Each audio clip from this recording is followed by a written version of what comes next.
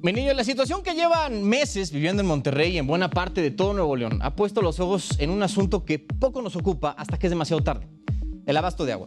Durante años se ha descuidado y reducido el presupuesto dedicado a obras hídricas. Eso, más los efectos del cambio climático, han puesto en franco estrés a buena parte del país. Para tratar este tema, sí sobre Monterrey, pero a nivel nacional también tenemos en esta magna mesa de miércoles al doctor José Joel Carrillo Rivera, investigador del Departamento de Geografía Física del Instituto de Geografía de la UNAM. Doctor, ¿cómo está? Buenas tardes. Póngalo ahí. Ah, no, prefiere que no, ¿va? Estamos en COVID. Ahí estamos, ¿cómo de que no? Y también al doctor Juan Francisco Bustamante, presidente de Agua en México. Doctor, también por acá. ¿Cómo de que no, Juan Francisco? ¿Cómo estamos?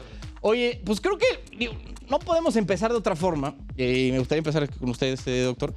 Dígame. ¿Cómo es que llegamos a este punto, específicamente en Monterrey, de tener semanas y semanas y semanas de crisis hídrica, de que neta no se pueda sacar agua de las tuberías, incluso cuando hay instalación, en una de las principales ciudades de México? Bueno, yo de la experiencia que tengo así a nivel pues nacional y en otro país por ahí, te das cuenta de que hay una gran deficiencia en el manejo del agua que se tiene. A final de cuentas no es tanto como trata de, digamos, de presentarse a la población de que hay un problema de escasez de agua, ¿no? Como se dice. Sino lo que sucede es de que no existe una... Oye, nada más le puedo hacer un favorcito, me puede hacer abrir su... Porque estaba como chocando así con su gargantilla y si no se entiende... Ahí estamos, ahí está, mire. Permítame un momento. A ver. Creo que allá me lo pusieron. ¿Ahí está mejor? Sí, no, pues yo por mí... Chocando, güey. Gracias. Perdóneme, doctor. No se preocupe, así es esto. La situación está en que quiero enfatizar que un problema básico es de que, bueno, ya se sabía lo que se esperaría que pasara, ¿no? Claro. Porque es una situación cíclica, como muchas veces se maneja. Y el ser una situación cíclica, eso implica que hay necesidad o hay probabilidad de prevenir, claro, bajo este esquema. Y si podemos prevenir, bueno, entonces, ¿por qué no se ha hecho? Esa sería la primera pregunta, ¿no? Porque evidentemente algo que está sucediendo en muchas partes de la República y digamos, incluyendo la Ciudad de México, es de que pues se nos dice que no hay agua, pero al rato llegan las pipas y entonces en muchos casos hay que pagar, hay otros que las provee la autoridad local, ¿no? La alcaldía o lo que sea. Pero aquí hay una cuestión que tiene que ver con el manejo del territorio, a final de cuentas. Desde el punto de vista que es algo que usualmente no se maneja, el ordenamiento del territorio implica, bueno, si tenemos tanta agua, o sea, si tenemos tanta población que quiere o que puede, digamos, adherirse a la ciudad, a la alcaldía, donde sea, si tenemos tal tipo de necesidades desde el punto de vista económico, social, digamos, de productividad para que la gente tenga empleos. Bueno, entonces todo esto y muchas otras cosas más, transporte, y todo tipo de vías de comunicación, educación, servicios de salud, todo esto tiene que quedar bien planteado en lo que podríamos llamar estrictamente un ordenamiento del territorio. Oye, Juan, y eso no existe. Claro, digo, un poquito sí le dicen que han hecho como crecido medio al ahí se va, ¿no? ¿Y qué tanto le podemos echar la culpa a esto, Juan Francisco, de que el agua, digo, tal como decía aquí el doctor, pues no es como, bueno, nos han dicho que no hay, ¿no? Pero la cosa es ver de dónde la sacamos y cómo se distribuye al resto de la población. Sí, mira, hay muchos estudios. Hablan, está cambiando el tema urbano descontrolado, hay los tiraderos de basura no se controlan, no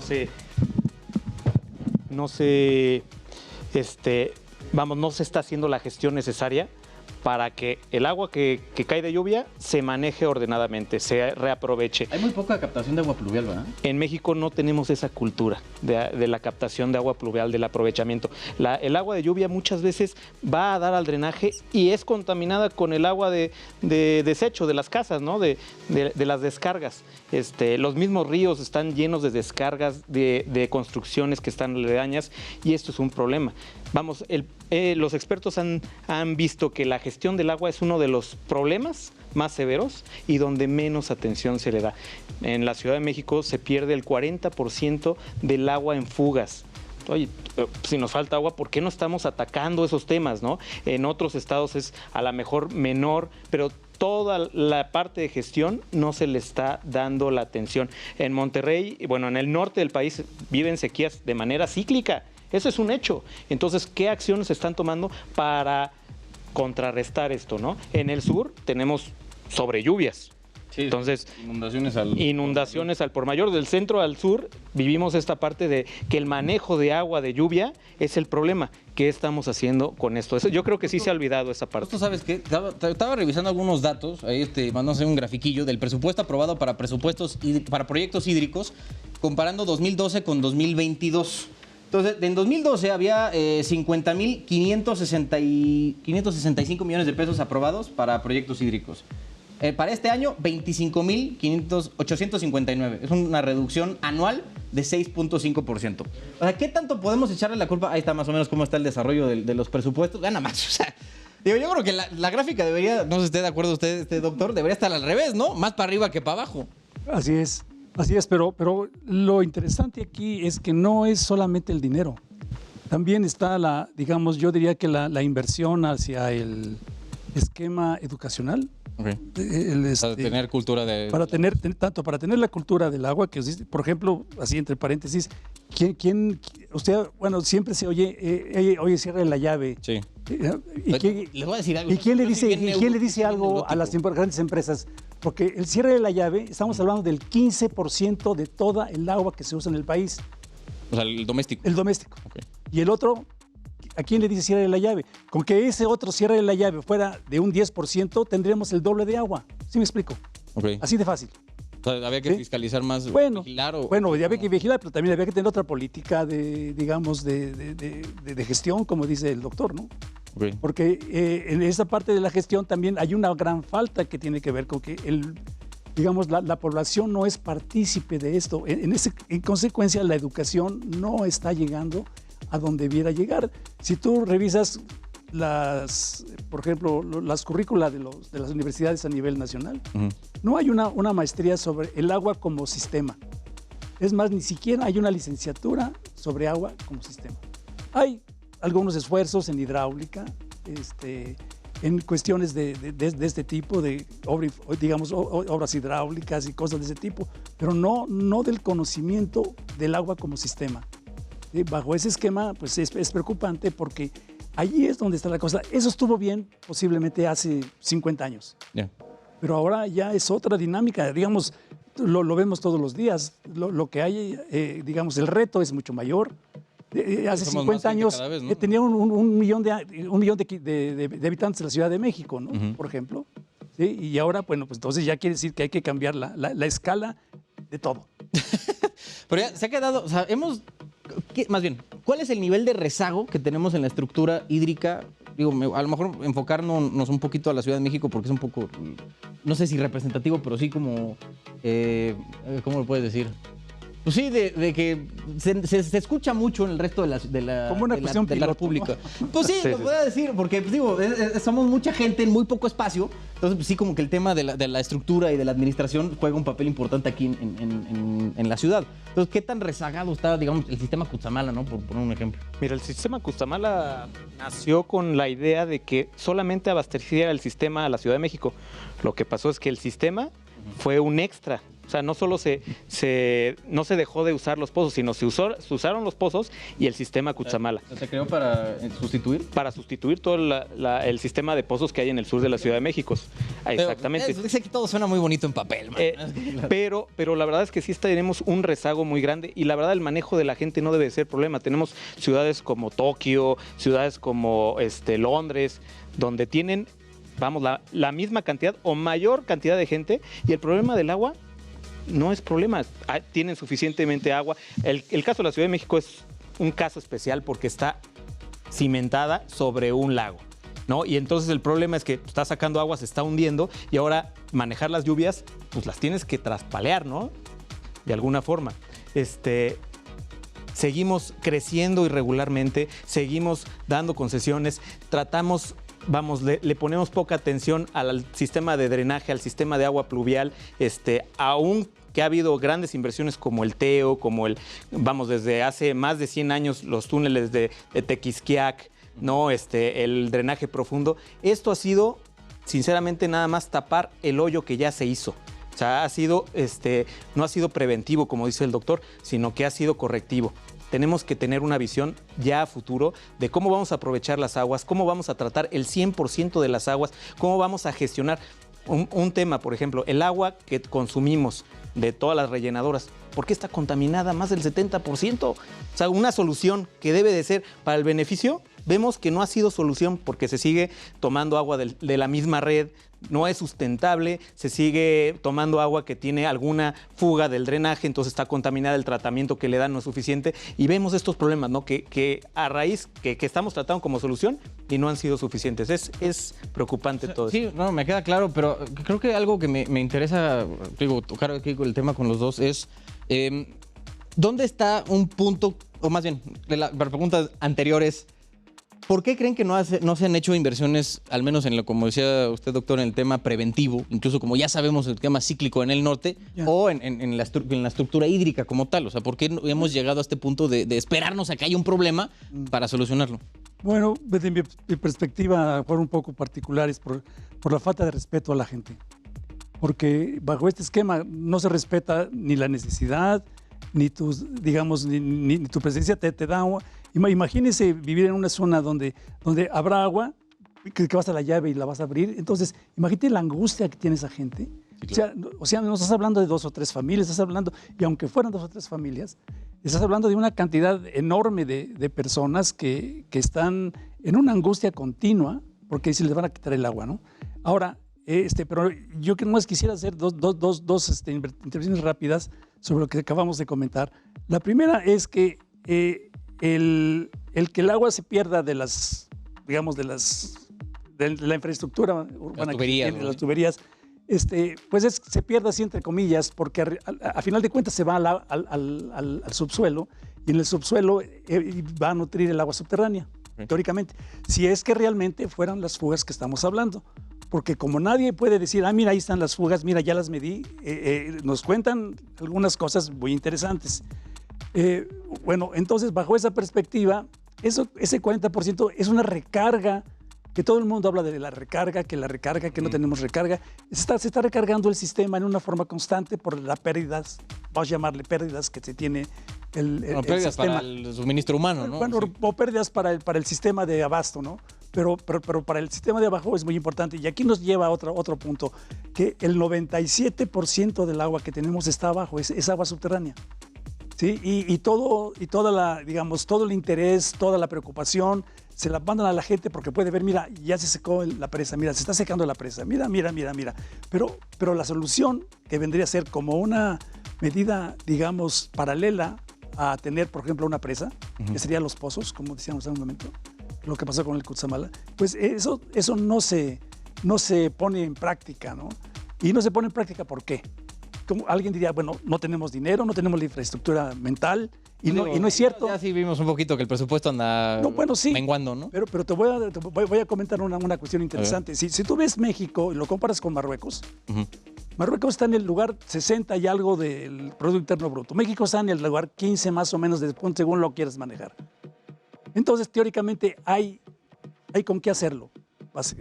Desde el punto de vista mental, digamos, de capacidad, teóricamente, porque la mayor preocupación en el país sobre la parte hidráulica, no sobre el agua subterránea, sobre la parte hidráulica.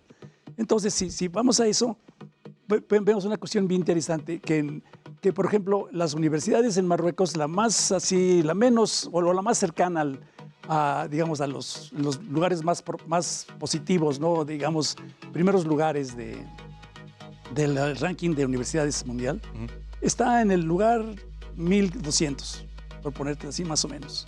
Estamos hablando de que en México estamos en un lugar un poco mejor, ¿no? Estamos en un lugar mucho mejor, sí. Y sin embargo, entonces, si no lo hacemos es porque existe otro tipo de esquemas que no tienen que ver ni con la educación, en cierta forma, que no tiene que ver con el dinero que se maneja o que se puede manejar, que no tiene que ver con con otro aspecto que no sea el respeto a la gente, porque bajo este esquema, te vuelvo a repetir desde mi punto de vista particular, existe un cero respeto a la gente.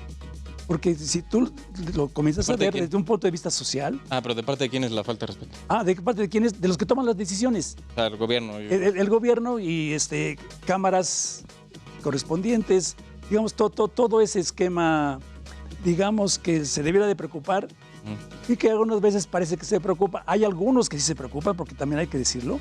Hay algunos diputados, algunos senadores que están trabajando, que han trabajado, incluso han apoyado el mejor estatus del agua en el país, pero son los menos.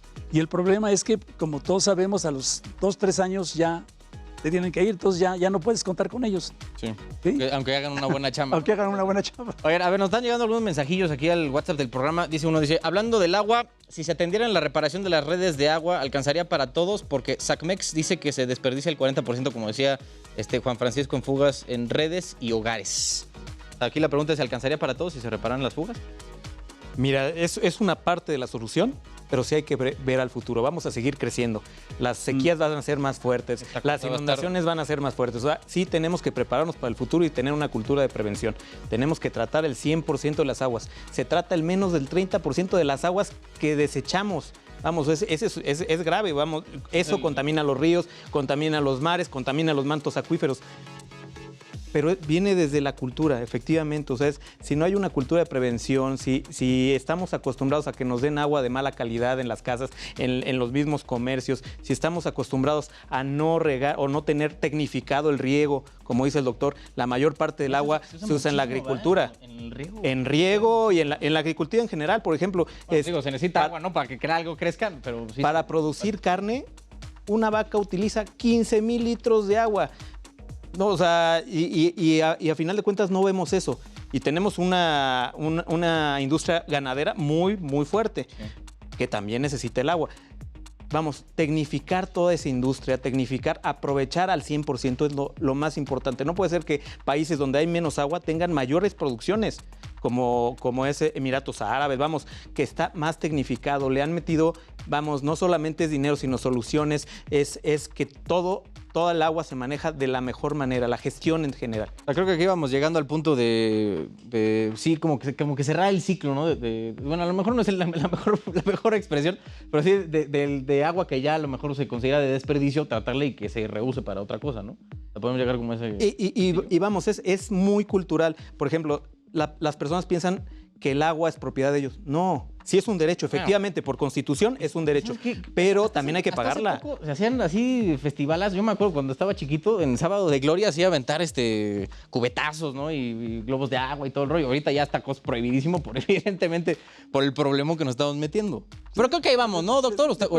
Sí, evidentemente se han hecho algunas mejoras, pero estamos todavía muy atrás. Cuando preguntabas qué tan retrasados estamos, por ejemplo, en la parte, yo diría, científica, estamos al menos 50 años atrás. ¿Neta? 50, ¿Así de fregado? 5-0, sí. Dios nos agarre confesados. ¿Por qué?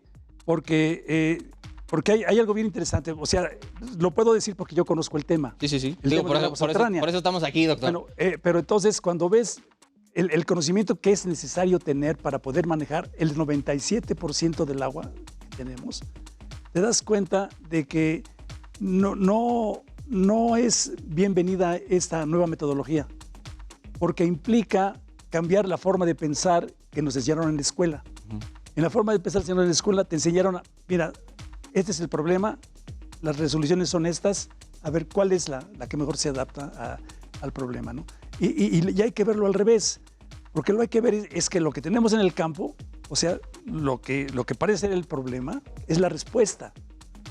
Porque lo que tenemos allí que se está hundiendo, que está lleno de esto, que la vegetación ya desapareció, que se está cuarteando el terreno, todo lo que tú quieras, esa es la respuesta, no es la pregunta. Y entonces, si no entendemos que tenemos que llegar al fondo de la pregunta para poder buscar las soluciones correctas, estamos viendo las cosas al revés. Y ese es un esquema que en el país, digamos, no es muy bienvenido, porque la mente del de las personas que, digamos, que estamos en este tema, nos la enseñaron en otra forma. Para mí no fue fácil, te puedo decir. Pero, a ver, es que creo que no le agarré muy bien la onda al tema. O sea, la solución, ¿usted la está viendo en qué parte específicamente? Yo estoy la solución en la capacidad de la gente Ajá. para poder plantear la problemática que se tiene. Ok. ¿Sí? Y la problemática que se tiene no se va a poder plantear si la visión es equivocada. Si se está viendo una visión donde tú estás pensando que hay que resolver un problema. Sí. Y no es así estrictamente hablando. Lo que hay que pensar es cómo es el problema claramente para poder entender cómo llegar a las soluciones que tú puedes abordar, porque no nada más va a haber una solución, porque también Pues sí, hay en mil cantidad de soluciones a un problema. puede haber varias componentes. Claro. Y si esas componentes no las tienes claras, pues vas a seguir, No sirve de vamos a nada. seguir Es batallando. que siento que estamos siendo más reactivos que proactivos, ¿no? En mucho de esto. Bueno, sí, pero esto yo creo que tiene que ver también con yo podría decir, con los tiempos que estamos viviendo. Uh-huh. Estamos viviendo unos tiempos, y usted no me va a dejar mentir. No me hables de usted. O sea, tengo 27 años, por favor. No te vas a dejar mentir. A ver, Uno de los problemas es que está cambiando el lenguaje. Sí. Y como estamos en un cambio de lenguaje muchas veces incoherente, la gente, digamos, el comunicarse es más difícil, en el sentido de que tú no vas a entender lo que yo te estoy tratando de decir, porque tú estás, en tu referente tienes una concepción, Una imagen, ¿no? digamos, de X cosa distinta a la que yo te estoy explicando. Se está tornando muy filosófico este asunto, mano. ¿No ves que es así? No, yo estoy completamente de acuerdo. Es así, ¿no? A ver, doctor, no, sin duda. A ver, nos llega otro mensajillo aquí de los que nos andan viendo. Cuando llueve, dejo cubetas afuera y se llenan. Esa agua la uso para los baños. ¿Por qué no se ha hecho nada para captar esa agua? Saludos, Isa López, del Estado de México.